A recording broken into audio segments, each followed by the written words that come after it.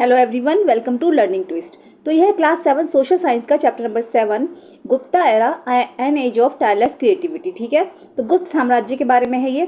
गुप्त साम्राज्य कैसे आया, कैसे उसका डिक्लाइन हुआ। इससे पहले भी हम डायनेस्टीज़ की बहुत सारी डायनेस्टीज़ के बारे में पढ़ चुके हैं। डायनेस्टीज़ मतलब वंश, कि कौन कौन से वंश कब कब रहे हैं, कब उनका डिक्लाइन हुआ, फिर उसके बाद कौन सा आया, तो ये सब हम पढ़ चुके हैं। लेकिन अब जो हम पढ़ रहे हैं वो गुप्त साम्राज्य के बारे में पढ़ रहे हैं। लेकिन ये इसका जो पार्ट 1 है वो चैनल पर जा चुका है, लिंक आपको मिल जाएगा उसका डिस्क्रिप्शन बॉक्स में। हम जो पढ़ेंगे इसमें अब एक जो प्रसिद्ध यात्री थे वो यहाँ पर इंडिया में विजिट करने के लिए आए थे, क्योंकि उनको इंडिया एक्सप्लोर करना था कि इंडिया में कैसे कैसे एडमिनिस्ट्रेशन चल रहा है, वहाँ कौन से शासन जो है किसका शासनकाल चल रहा है, कौन रूल कर रहा है, ठीक है, रूलर कौन है वहाँ का, किसका एम्पायर है, तो एम्पायर में रखरखाव कैसा है, ये सब देखने के लिए जो ट्रैवलर थे इनका नाम था फाशियान, प्रोनाउंस किया जाता था, वैसे इनका नाम जो था फैशियान था। ठीक है, तो वो जो देखने के लिए आए थे, तो उन्हीं के अकाउंट से कुछ चीज़ें हैं, जैसे कि Chinese traveller Faxian pronounce Faxian visited India in the early 5th century C. ये जो आए थे इंडिया, ये 5th सेंचुरी सी में आए थे।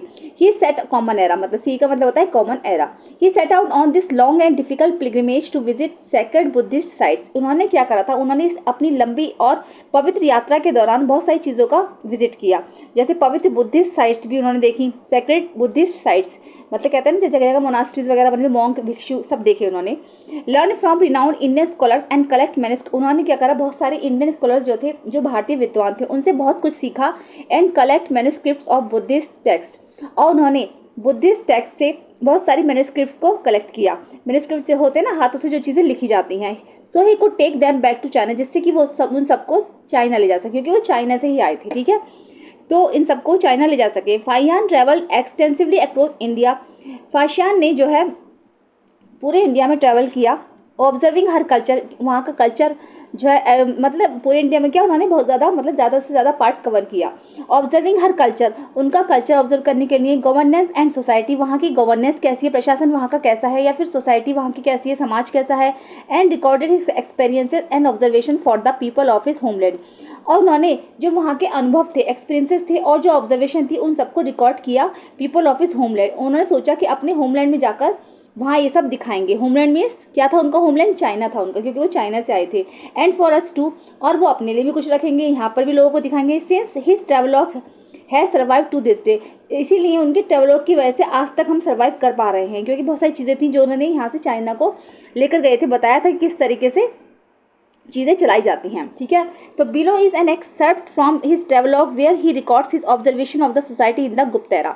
तो यहाँ पर कुछ जो है उनके ट्रेवलॉग से ही कुछ जो है लाइंस लिखी हुई हैं, जिसमें कि रिकॉर्ड्स है उनके ऑब्जर्वेशन की जो गुप्त एरा में सोसाइटी कैसी थी। ठीक है, तो the people are numerous and happy. उस समय के जो लोग थे वो बहुत ज़्यादा न्यूमरस और हैप्पी थे, बहुत खुश थे वो लोग, है ना। They have no need to register household और अटेंड टू ऑफिशियल। उन लोगों को क्या है, अपने हाउस होल्ड्स की चीज़ें जो होती हैं या फिर सरकारी काम काज के लिए इधर उधर भागना नहीं पड़ता था। मतलब किसी की तलवे नहीं चाटने पड़ते थे, किसी को मतलब झुककर कुछ नहीं करना पड़ता था, सलाम नहीं करना पड़ता था कि भाई हमें जैसे किसी की आवभगत ज़्यादा नहीं करनी पड़ती थी।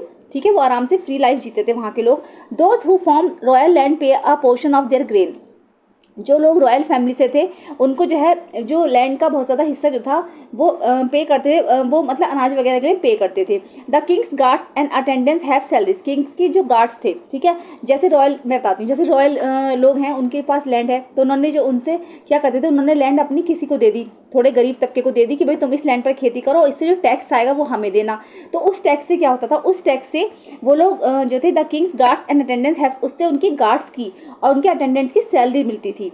The cities are the greatest in the middle kingdom. ठीक है, जो शहर थे वहाँ पे मिडिल किंगडम में वो बहुत बड़े बड़े बसे हुए थे, बहुत ज़्यादा बड़े थे। द गैंगटिक प्लेन्स, जो कि गैंगटिक प्लेन्स के आसपास थे। And the inhabitants are rich. एक मिनट। और जो वहाँ के लोगों का रहन सहन था, है ना, जो इनहेबिटेंट्स थे ना वहाँ के, वो रिच थे, वो धनी लोग थे, प्रॉस्पेरस थे। And practice kindness and righteousness. और वहाँ पे क्या था, सभी ना धर्म के प्रति बहुत ज़्यादा उदारता दिखाई जाती थी। लोग जो थे अहिंसा का पालन नहीं करते थे। ठीक है, तो क्या होता था वहाँ पर बहुत ज़्यादा, सॉरी, अहिंसा का पालन करते थे, हिंसा नहीं करते थे वो। ठीक है, ठीक है, उल्टा बोला मैंने, ठीक है, कोई बात नहीं, सॉरी। तो वो लोग ऐसे थे। ठीक है, तो वहाँ पर जो था धर्म के प्रति बहुत ज़्यादा दयालुता दिखाई जाती थी, काइंड थे सारे लोग वहाँ पे। And heads of Vysya family, और बल्कि क्या है, उन्होंने लिखा है कि वैश्य फैमिलीज के लिए तो हेड्स है, क्योंकि उन्होंने जैसे कि मर्चेंट्स और ट्रेडर्स हो गए, establish houses for charity and medicine. उन लोगों ने तो, वो लोग मालदार थे, वैश्य फैमिलीज जो थी, तो उन लोगों ने चैरिटी के लिए जो थे हाउसेज और मेडिसिन जो हैं कर रखे थे, मतलब जैसे किसी के पास ज़्यादा हाउसेज तो हाउसेज दान कर दिए चैरिटी के लिए, दया के लिए, और मेडिसिन वगैरह उनसे वो लोग मतलब जो है उन लोगों के लिए प्रोवाइड कराते थे। द पुअर ऑर्फेंस, जो गरीब लोगों के लिए कराते थे वो orphans, and the sick are cared for, गरीब लोगों का इलाज भी वहाँ अच्छे से होता था। उन लोगों के लिए जो है ऑर्फेंस बने हुए थे, मतलब शरणार्थी लोगों के लिए, शरणागत लोगों के लिए शिविर बनाए जाते हैं ना, कैंप वगैरह, उन लोगों के लिए वो वैश्य लोग बनाते थे। डॉक्टर्स प्रोवाइड ट्रीटमेंट, डॉक्टर्स जो होते फ्री में ट्रीटमेंट उनको प्रोवाइड कराते थे। And the needy receive food and medicine, और जो ज़रूरतमंद लोग होते थे उनको फूड और मेडिसिन जो है समय समय पर मुहैया कराया जाता था। The city has many wealthy Vysya elders, city में क्या था, उस शहर में बहुत सारे बड़े बड़े वैश्य एल्डर्स थे, एंड फॉरेन मर्चेंट, और जो है विदेशी व्यापारी भी थे। विद ब्यूटीफुल होम्स, और उसमें बहुत सुंदर सुंदर घर भी बने हुए थे, है ना। The lands are kept in good order, और बल्कि जो घर थे सारे एक लेन में बने हुए थे, है ना, बल्कि वो एक गुड ऑर्डर में रखी हुई थी, एक मतलब बहुत अच्छे से रख रखाव था उनका, लाइन से बने हुए थे वो, ऐसा नहीं कि एक इधर और एक उधर एक उधर, इस तरीके से नहीं था। जो घर थे वो बिल्कुल एक गुड ऑर्डर में लेन में थे, गुड ऑर्डर में, ठीक है। तो ये है a record of Buddhistic kingdoms 399 AD से 414 तक, ट्रांसलेटेड बाई जे लेगी, ठीक है। तो ये जो है ट्रेवलॉग है फाहियान का, ठीक है। तो इसकी कुछ लाइन्स हैं, ये आपको याद रख लेनी है कि क्या क्या था उस समय में। चलिए अब आगे देख लेंगे। Let us explore, read the extract from Faxian given above and identify the key features of the society he describes, ठीक है। तो आपको जो है फाशियान के जो ट्रेवलॉग दिया गया है इसके बारे में जो है लाइन से आपको पढ़नी है, फिर उसको आइडेंटिफाई करना है कि आपने उसने जो है उन्होंने जो फाशियान ने किस समाज के किस तबके का वर्णन किया है, उन्होंने क्या किस किस चीज़ का वर्णन इसमें किया है, क्या क्या फीचर्स उन्होंने दिए हैं। तो write down your observation and compare your notes with your friends, अपनी ऑब्जर्वेशन लिखिए और अपने नोट्स को जो है अपने फ्रेंड्स से कंपेयर कीजिए। You might be surprise to see how differently others interpret the same text, और आपको जो है सरप्राइज होगा, आपको देख के लगेगा कि आपने अलग लिखे हैं, आपके फ्रेंड्स ने थोड़ा अलग लिखे हैं, तो दोनों को आपको जो है, और एक ही टेक्स्ट लिखे हैं तब भी थोड़े थोड़े अलग हैं। तो हम देखेंगे फाशियान ने क्या क्या दिया था। तो उन्होंने बताया था कि पीस एंड सिक्योरिटी बहुत ज़्यादा थी वहाँ पर, शांति की भावना थी वहाँ सबके दिलों में, और सिक्योरिटी बहुत ज़बरदस्त थी वहाँ की, है ना। रिलीजियस फ्रीडम बहुत ज़्यादा थी वहाँ पे, धर्म का ऐसा नहीं था कि सब मतलब एक ही भगवान को मान रहे हैं, वहाँ रिलीजियस फ्रीडम थी कि जिसका जो चाहे मन करे वो अपने धर्म को स्वीकार कर सकता है। प्रॉस्पेरिटी बहुत ज़्यादा थी वहाँ पर, मतलब ज़्यादातर अमीर लोग थे, लग्जरी लाइफ वहाँ के लोग जीते थे, प्रॉस्परस था वो जो शहर था। और काइंड एंड जस्ट रूलर्स, और वहाँ के जो रूलर्स थे क्या था, वो दयालु थे, है ना, वो न्यायप्रिय थे, जो राजा थे वहाँ के वो न्यायप्रिय थे। तो चलिए आगे देख लेंगे। Excerpts from historical accounts like Faxian are valuable sources, ठीक है। इसके अलावा उनके हिस्टोरिकल अकाउंट से देखें तो फाशियान के ने जो है बहुत सारे वैल्यूएबल सोर्सेज भी बताए, but they reflect only the writers perspective and focus at the one point in time and for a limited portion of the society they describe. लेकिन क्या है, चीज़ें उन्होंने बता दी, लेकिन ये नहीं है कि सारी चीज़ों पर उन्होंने प्रकाश डाला, तो उन्होंने कुछ लिमिटेड ही पोर्शन जो है समाज का दिखाया। Let us not however forget that elsewhere in his travelogue, तो हमें ये भूलना नहीं चाहिए कि कैसे उन्होंने अपने ट्रैवलॉग में Faxian also describe the harsh treatment of the Chandalas. उन्होंने क्या करा था, उन्होंने जहाँ पर एक इतनी अच्छी लाइफ बताई थी इंडिया के बारे में, गुप्त साम्राज्य के बारे में, तो उन्होंने वहीं पर कुछ लोगों के हार्श ट्रीटमेंट के बारे में बताया था, जैसे कि चंडालास थे, who were regarded as outcastes and lived outside the city limits, जो कि आउटकास्टेस थे और एंड लिव्ड आउटसाइड द, जो कि सिटी से बाहर रहते थे, ठीक है, and lived outside the city limits. Just as you may have perceived the excerpt from Fashion travelogue differently from your friends, a group of historians may examine the same source and draw varied interpretation, ठीक है। आप जो ये सब चीज़ें निकाल लो, features निकालो, तो आप अपने दोस्तों के साथ उसको कंपेयर करो, एक ग्रुप बनाओ, उसको कंपेयर करो कि क्या क्या सोर्सेज थे। Historians then look at more sources to corroborate their understanding, historians को भी ऐसे ही बहुत सारे सोर्सेज मिलते हैं अपनी अपनी समझ के हिसाब से, किसी के कुछ होते हैं, किसी के कुछ होते हैं। तो this reminds us of the need to access multiple sources perspectives and interpretation before drawing conclusion, ठीक है। तो हमें याद रखना है कि we need to access multiple, ऐसे ही हमें जो है बहुत सारे सोर्सेज ऐसे प्राप्त हुए, perspectives and interpretation before drawing conclusion, जिससे कि हमें ये कंक्लूजन निकला कि गुप्त साम्राज्य का माहौल कैसा था, ठीक है। चलिए नेक्स्ट टॉपिक आएगा glimpses of the Gupta empire, गुप्त एम्पायर की कुछ झलकियाँ, जैसे कि गवर्नेंस एंड एडमिनिस्ट्रेशन, वहाँ का जो गवर्नेंस था, जो प्रशासन था वहाँ का, या फिर रखरखाव था उस एम्पायर का, वो कैसा था। Let us observe the map in figure 7.8, आप जो है 7.8 फिगर ऑब्जर्व करेंगे। You will notice that many kingdoms coexisted during the same period, हमने नोटिस किया कि इस समय में बहुत सारे जो किंगडम्स थे वो को एक्सिस्टेड हुए, मतलब आपस में मिलजुल कर उन्होंने काम किया। Some of them may have been at war with each other in their ambitions to expand their control. इसमें से कुछ ने तो क्या करा, आपस में एक दूसरे से लड़ाइयाँ लड़ी, क्योंकि सबको अपना अपना कंट्रोल लेना था, तो सब ने आपस में अपनी एम्बिशंस को पाने के लिए उन्होंने आपस में एक दूसरे से लड़ाइयाँ लड़ी। Recall what we saw earlier about Kautilya's ideas on ruling a kingdom. तो हमें अगर याद रहे कि हमने कौटिल्य की जो आइडियाज देखे थे कि किस तरीके का एक राज्य होना चाहिए, कि एक राजा को किस तरीके से रूल करना चाहिए। He advise rulers to form alliance, उन्होंने रूलर्स को एडवाइस किया था अलायंसेस के द्वारा, कि मतलब उन्होंने बताया था कि जो शासक हैं, जो एम्परर होगा है ना, रूलर्स जो होगा उसको क्या है, मित्रता होनी चाहिए, मतलब उनके आसपास मित्र होने चाहिए। As one of the components of the Saptanga, जो कि सप्तांगा का ही एक भाग है। सप्तांगा पिछले चैप्टर में मैंने बताया था, अगर आपने नहीं पढ़ा है तो आप लोग जाकर जो है चैनल पर जाइएगा, इससे पहले के चैप्टर की वीडियो चैनल पर पड़ी है, लिंक भी आपको उसका डिस्क्रिप्शन बॉक्स में मिल जाएगा, ठीक है।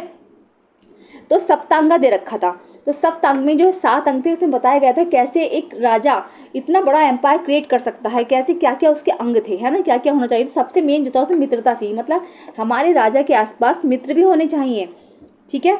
New king new titles, inscription and coins provide valuable insights into the titles adopted by गुप्त rulers.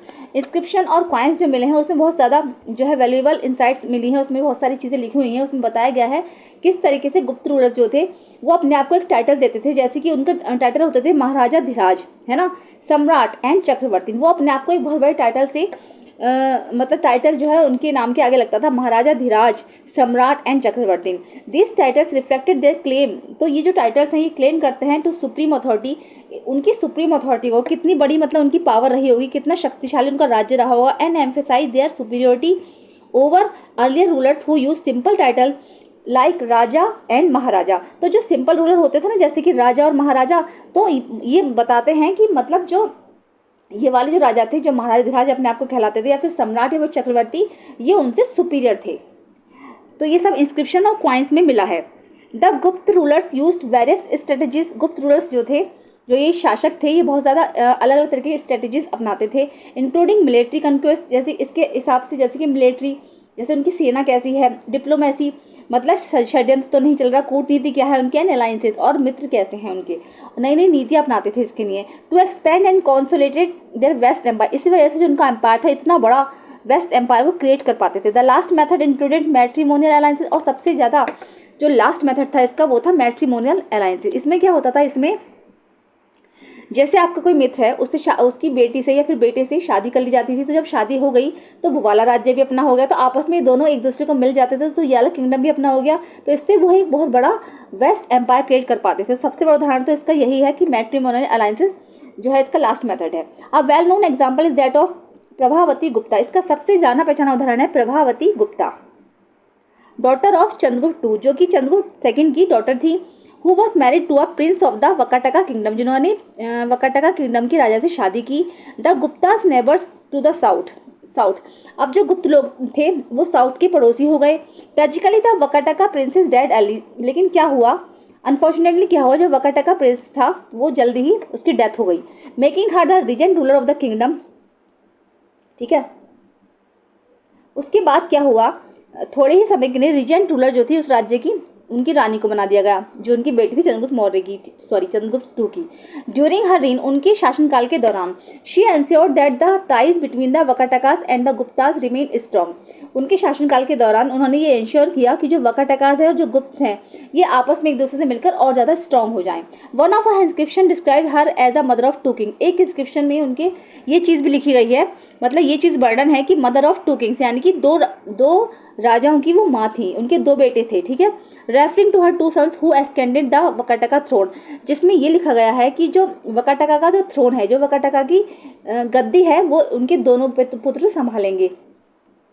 As a devotee of Vishnu like her father, अपने पिता की तरह ही वो भी जो है विष्णु की भक्ति थी, जो देवता होते हैं विष्णु जी उनकी भक्ति थी। Prabhavati is also associated with the construction of 7 temples dedicated to this god and his avatars, तो प्रभावती ने ऐसे ही लगभग 7 टेम्पल्स बनवाए, 7 टेम्पल्स का निर्माण करवाया, जो कि इन्हीं जो है लॉर्ड विष्णु से रिलेटेड थे, या फिर इनके जो अवतार थे उनसे रिलेटेड थे। Some of these temples are in Ramagiri Ramtek hill in present day Maharashtra, उनमें से कुछ टेम्पल जो है Ramagiri Ramtek hill present day Maharashtra में है, मतलब आज वो महाराष्ट्र है तो वहाँ पर वो टेम्पल हैं। जैसे कि हम देख लेंगे 7.9 the Kevala Narasimha temple dedicated to Narasimha, ठीक है, ये नरसिम्हा टेम्पल है जो कि जो कि नरसिम्हा को डेडिकेटेड है। नरसिम्हा जो है विष्णु भगवान के ही अवतार थे, तो उनके अवतारों से रिलेटेड उन्होंने बहुत सारे मंदिर बनवाए।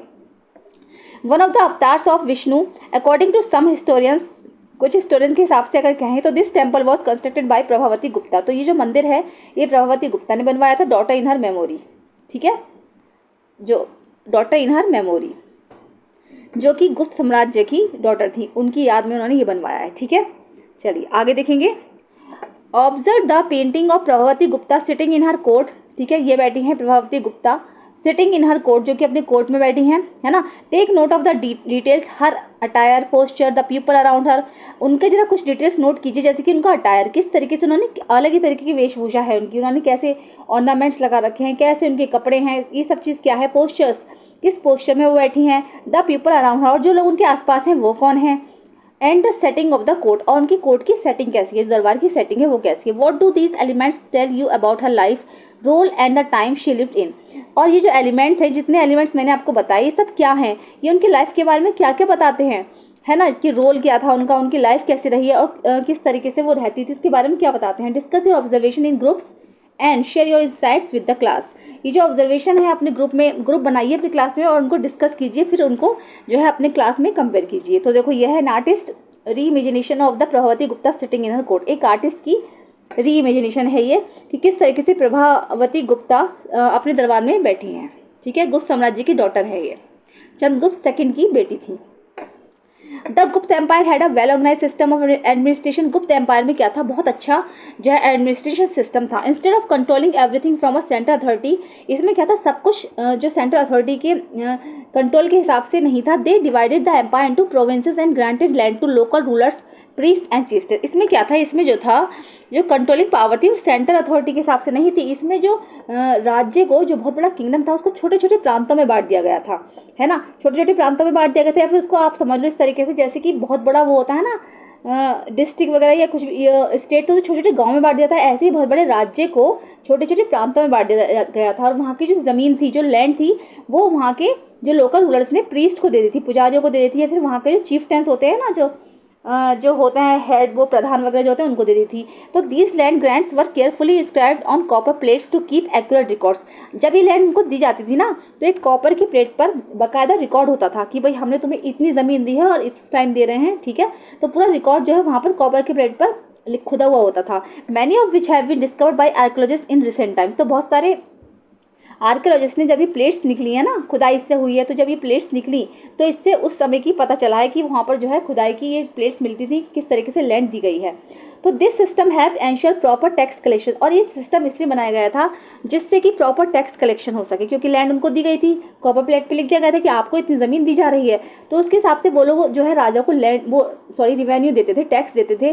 टैक्स के बतौर वो उनको कुछ भी दे सकते, जैसे किसी के यहाँ फसल अच्छी हुई तो फसल दे दी, अनाज दे दिया, किसी के यहाँ जैसे ऊँट घोड़े हैं तो उनको ऊँट घोड़े दे दिए, हाथी दे दिए, तो कुछ भी वो लोग प्रोवाइड कराते थे। तो this system help ensure proper tax collection and allowed the Gupta rulers to govern efficiently while still giving local leaders some control over their regions. ठीक है, तो इससे क्या होता था, इससे जो लोकल लीडर्स थे उनके हाथ में जो कंट्रोल था वो भी राजा के पास रहता था। कंट्रोलिंग पावर मतलब राजा के पास ही थी, और थोड़ा बहुत जो कंट्रोल था वो लोकल लीडर्स के पास था। इससे जो था वो जो राज्य था बहुत ज़्यादा प्रॉस्परस था, क्योंकि वहाँ का एडमिनिस्ट्रेशन ही इतना अच्छा था, हर चीज़ हिसाब से चल रही थी। ठीक है, चलिए नेक्स्ट टॉपिक आएगा थ्राइविंग ट्रेड। चलिए नेक्स्ट है थ्राइविंग ट्रेड। तो the primary source of revenue of the Gupta's was land tax. ठीक है, जो गुप्त साम्राज्य का, ये जो गुप्ता एम्पायर था, है ना, हिंदी में इसको गुप्त साम्राज्य बोलते हैं, बाकी गुप्त एम्पायर। ठीक है, तो ये जो था, तो इसका सबसे पहला जो सोर्स था ना रिवेन्यू वसूलने का या फिर टैक्स लेने का, ये लैंड टैक्स था, क्योंकि लैंड से ही सारा टैक्स वसूलते थे। जैसे लैंड किसी को दे दी खेती करने के लिए, तो उससे वो लोग लैंड वसूलते थे, टैक्स वसूलते थे, sorry. Other sources included fines, taxes on mines, irrigation, trade and crafts. और भी बहुत सारी चीज़ें थी जिसके ऊपर ये टैक्स वसूलते थे, जैसे कि टैक्सेस लगे हुए थे किस चीज़ पर, माइंस पर थे टैक्सेस, है ना, जो खाने होती हैं, खाने वगैरह उससे निकालते थे ये। इरिगेशन से, सिंचाई से लेते थे।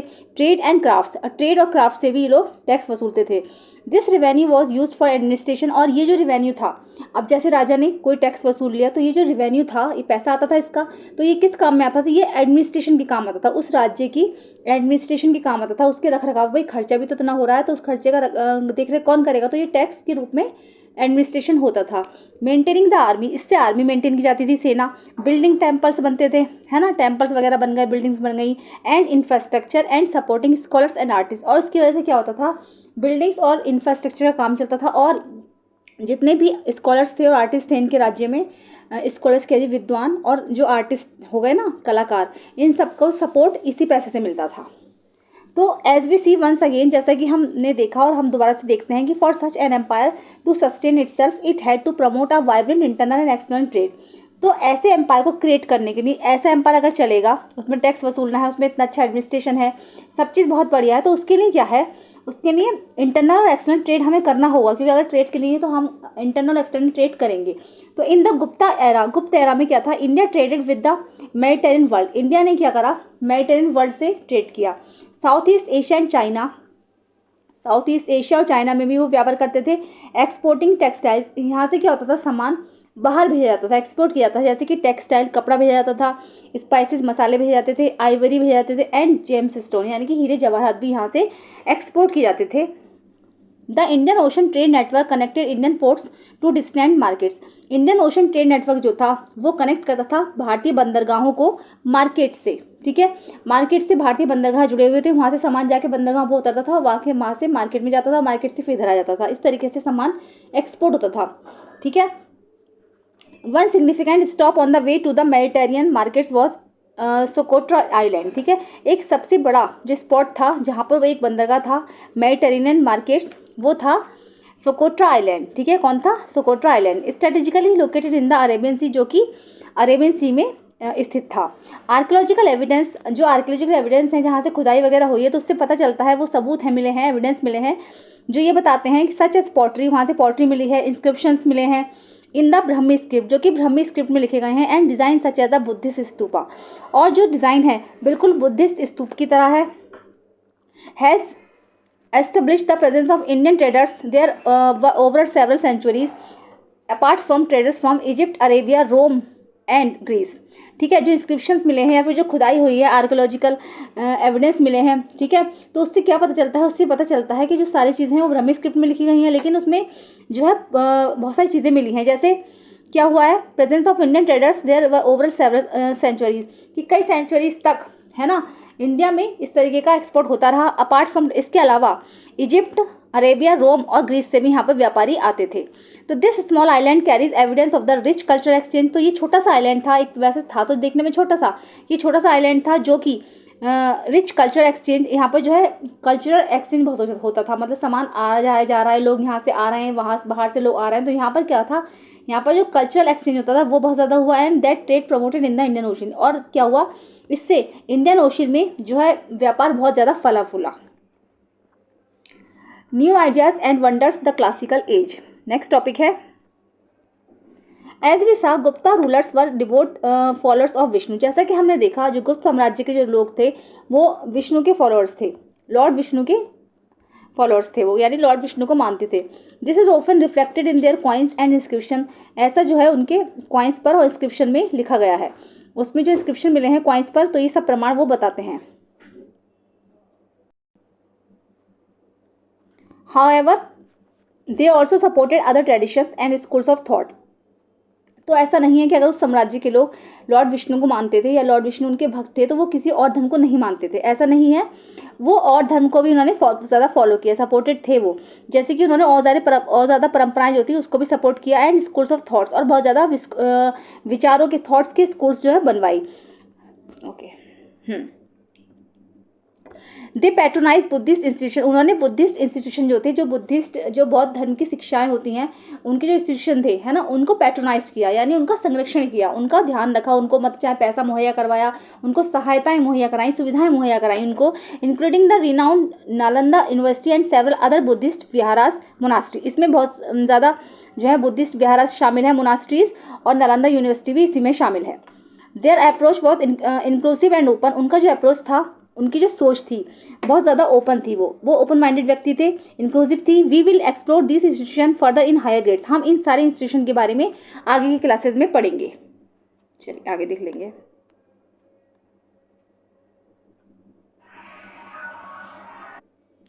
Remains of Nalanda university, Nalanda university की पिक्चर है, ठीक है।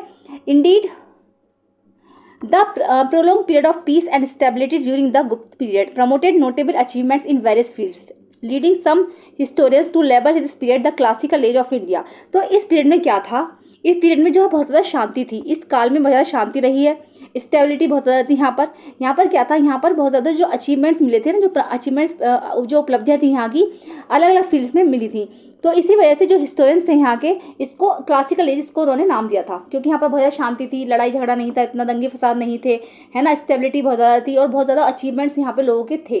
ठीक है, हर क्षेत्र में यहाँ पर जो है तरक्की हुई थी, इसीलिए हिस्टोरियंस ने इसको क्लासिकल एज का नाम दिया था। It was also the time when knowledge from previous eras was consolidated and compiled into numerous text. ये वही टाइम था जिसमें जबकि जो ज्ञान था, है ना, when knowledge from previous eras, जो पुराने एराज निकल चुके हैं उनसे जो नॉलेज लेकर इन्होंने क्या करा था, उस ज्ञान को एक साथ मिक्स कर लिया एंड इनटू नुमियस टेक्स्ट, जो कि टेक्स्ट में देखने को मिलता है। संस्कृत लिटरेचर फ्लरिश्ड, इस समय में संस्कृत लिटरेचर बहुत ज़्यादा फला फूला, with Kalidasa works and many major Puranas. ठीक है, क्योंकि कालिदास ने संस्कृत में बहुत ज़्यादा चीज़ें लिखी, कालिदास के वर्क्स के साथ और जो है बहुत ज़्यादा पुराण इसमें बहुत बने, तो इसमें संस्कृत लिटरेचर जो था बहुत ज़्यादा फ्लरिश्ड हुआ, बहुत ज़्यादा फला फूला। Aryabhata and Varahamihira recorded major advancements in mathematics and astronomy, while medical text compiled and defined medical theories and practices. क्या हुआ, आर्यभट्ट और बारामीर ने जो है बहुत ज़्यादा एडवांसमेंट इन, उन्होंने मैथमेटिक्स में और एस्ट्रोनॉमी में बहुत ज़्यादा तरक्की की। ठीक है, वाइल मेडिकल टेक्स्ट कंपाइल, जबकि मेडिकल टेक्स्ट बताती हैं, and defined medical theories and practice, उसमें जो है मेडिकल थ्योरीज ने और प्रैक्टिसेस ने बहुत ज़्यादा तरक्की की। मेटलर्जी ऑल्सो प्रोग्रेस, इस काल में क्या हुआ था, मेटलर्जी भी बहुत ज़्यादा प्रोग्रेस में आई।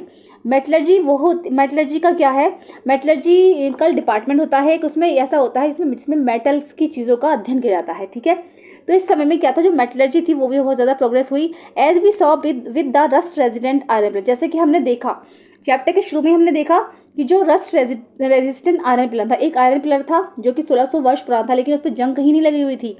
तो this stability strengthen the economy, इस स्टेबिलिटी ने ही वहाँ की इकोनॉमी को स्ट्रेंथन दिया, क्योंकि चीज़ें इतनी अच्छी मिल रही हैं, बिना रस्ट की मिल रही हैं, तो लोग तो यहाँ से एक्सपोर्ट करेंगे ही ना, सामान जाएगा यहाँ से बाहर। तो इस तरीके से वहाँ की जो इकोनॉमी थी वो बहुत ज़्यादा अच्छी हुई। Allowing the state to support scholars, इस वजह से वहाँ पे उस स्टेट के जो स्कॉलर्स थे, जो विद्वान थे, आर्टिस्ट थे and scientist, leading to culture and intellectual growth, उन्होंने इस राज्य की, इस पीरियड की ग्रोथ में एक इंटेलेक्चुअल भूमिका निभाई। Chandragupta two kept himself surrounded by many learned men, Chandragupta second ने भी जो है अपने आप को बहुत सारे आदमियों से, पोएट से, कवियों से और आर्टिस्ट से, कलाकारों से अपने आप को घेर रखा था। And his patronage of such diverse talent enriched his court greatly, और उसके राज्य में, है ना, अलग तरीके के जो है टैलेंट देखने को मिलते थे। Let us take a look at some of the remarkable figures of this period. आइए अब कुछ इस पीरियड की जो है रिमार्केबल फिगर्स हैं उनको देख लेते हैं। तो ये Chandragupta second goes to war, Chandragupta second की जो है इमेज है जो कि युद्ध में जाते हुए है। An artist imagination from the 1920, एक आर्टिस्ट की इमेजिनेशन है 1920s की। ठीक है, चलिए आगे देख लेंगे। तो देखो यहाँ पे कुछ इंपॉर्टेंट फिगर दे रखे हैं ना, जो उस काल में ज़्यादा प्रसिद्ध हो। सबसे पहले हम आर्यभट्ट की बात करेंगे। ठीक है, तो Aryabhata he lived in Kusumapura near present day Patna, ये रहते थे कहाँ, कुसुमपुरा में, प्रेजेंट डे पटना है इसका नाम। A famous centre of learning, जो कि लर्निंग का फेमस सेंटर है, around 500 C, and authored a short treatise of mathematics and astronomy called Aryabhatiya. तो उन्होंने अपनी जो है शॉर्ट पुस्तक लिखी आर्यभट्टिया, उसमें उन्होंने जो है मैथमेटिक्स और एस्ट्रोनॉमी के बारे में बहुत कुछ बताया है। He gave formulas to calculate the motions of the sun, उन्होंने जो है फार्मूलाज दिए, कैलकुलेशन करने के जो गणित में फॉर्मूले हैं उन्होंने ही दिए। And the motion of the sun, sun के मोशंस के बारे में बताया। The moon and the planets, चांद के बारे में बताया, और जो ग्रह हैं वो क्या है उनके बारे में बताया। And propose that the earth spins on its axis, उन्होंने ये भी बताया उसमें कि जो पृथ्वी है वो एक एक्सिस पर घूमती है। ठीक है, विच explains the alternation of day and night, उन्होंने इसमें दिन और रात के बारे में बताया। He gave the length of a year, उन्होंने जो है एक साल की पूरी लेंथ बताई। 365 डेज कितनी होती है, 365 days 6 hours 12 minutes and 30 seconds, कितना बताया था उन्होंने, 365 days 6 hours 12 minutes and 30 seconds, just a few minutes off from the modern value, जो कि मॉडर्न वैल्यू से 365 days 5 hours 48 minutes and 45 seconds थोड़ा आगे पीछे है। ठीक है, तो Aryabhata also provided a fair estimate of the size of the earth and a correct explanation for solar and lunar eclipse.